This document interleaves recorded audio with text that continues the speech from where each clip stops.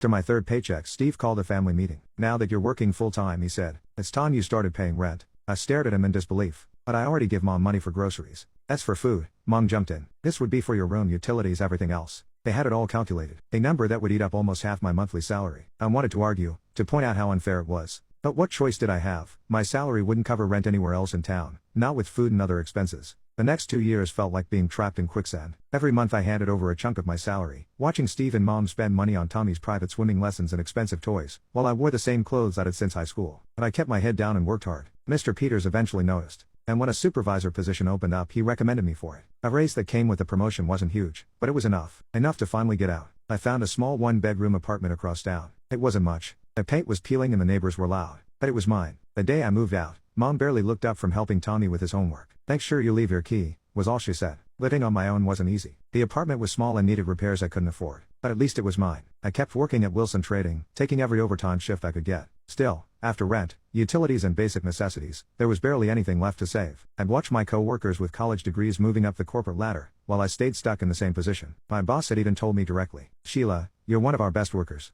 But without a degree, there's only so far you can go here." College remained this distant dream. I'd sometimes browse university websites during my lunch break, calculating tuition costs and always coming up short. Every scholarship I found required either better high school grades than I had or full-time student status, which I couldn't afford. Mom and Steve rarely called. When they did, it was usually Mom asking if I was coming to Tommy's school events or soccer games. I usually made up excuses. I couldn't bear watching Steve beam with pride while my mother fussed over her perfect son. Then came that night just after my 22nd birthday. I was heating up leftover Chinese food when someone knocked on my door. When I looked through the peephole, my heart stopped. There he was. My father, looking 10 years older than he should. "Sheila." His voice was exactly as I remembered it. "Please, can we talk?" My first instinct was to slam the door in his face. How dare he show up after 10 years? But something in his appearance made me pause. He looked sick, almost frail. "5 minutes, I said, keeping the door chain on. "That's all I ask," he replied. And something in his voice made me remove the chain. He sat at my small kitchen table, his hand shaking slightly as he declined my automatic offer of coffee. Up close he looked even worse. Pale and thin. Nothing like the strong, competent man from my childhood memories.